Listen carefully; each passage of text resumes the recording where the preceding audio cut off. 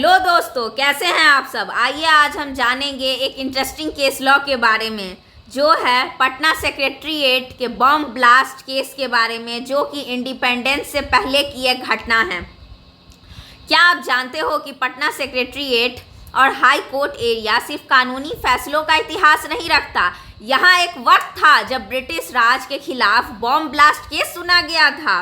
ये था पटना सेक्रेटेरिएट बम केस, जो हुआ था इंडिपेंडेंस के पहले, और इसने हमारी लीगल हिस्ट्री को पूरी तरह से बदल के रख दिया था। तो सुनिए, ये कब हुआ था। 1930s से 40s के समय भारत में क्विट इंडिया मूवमेंट और रिवॉल्यूशनरी एक्टिविटीज़ अपने पीक पर थे।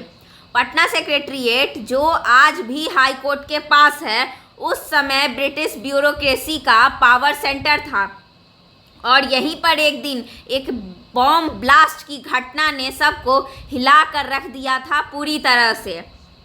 टारगेट थे इसमें ब्रिटिश ऑफिसर्स और जमींदार थे। हमारे अपने यंग रिवॉल्यूशनरीज ने ये किया था। इसके लिए इन्हीं को दोषी ठहराया गया था। इस केस में जो चार्जेस लगाए गए थे वो बड़े ही गंभीर थे। IPC section 121A conspiracy to wage war against the crown, IPC section 307 attempt to murder, unlawful assembly provisions, explosive substance act 1908 bomb बनाने और रखने का जुर्म।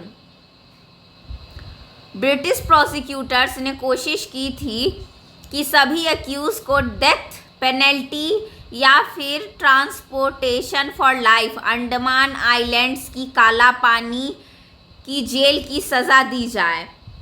केस आया पटना हाई कोर्ट के सामने, जो 1916 में इस्टेब्लिश हुआ था। कोर्ट रूम में ब्रिटिश प्रोसिक्यूटर्स काफ़ी एग्रेसिव थे। एविडेंस था सीक्रेट मीटिंग के नोट्स, बॉम्ब बनाने के केमिकल मटेरियल्स और कुछ विटनेस टेस्टिमनीज। डिफेंस ने आर्गू किया सिर्फ पोजेशन का मतलब ये नहीं है कि उनका इंटेंशन टू किल था। हाई कोर्ट ने अपना फैसला दिया। कुछ अक्यूज को दिए गए हेवी पनिशमेंट्स, लाइफ ट्रांसपोर्टेशन या रिगरस इम्प्रिजमेंट।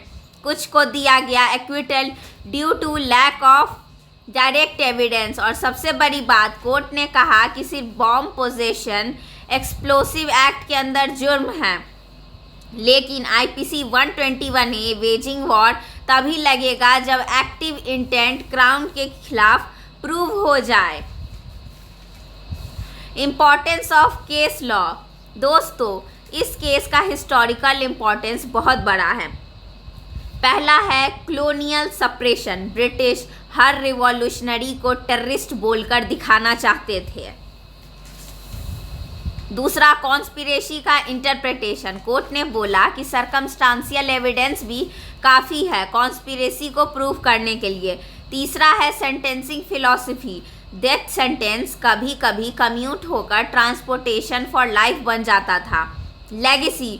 ये केस लॉ आज भी हमें दिखाता है कि कॉलोनियल कोर्ट्स ने कैसे टेरर लॉ को यूज़ किया, और आज के इंडिया में भी जब कोर्ट्स UAPA और एक्सप्लोसिव्स एक्ट के केसेस सुनते हैं, उनकी जड़ यही कॉलोनियल इंटरप्रिटेशंस तक जाती है।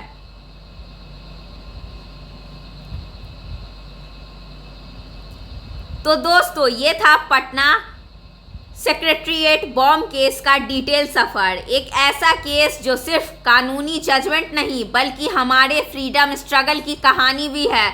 अगर आपको ऐसी ही और लीगल हिस्टोरिकल कहानियाँ चाहिए तो वीडियो को लाइक, शेयर और सब्सक्राइब जरूर कीजिए। जय हिंद।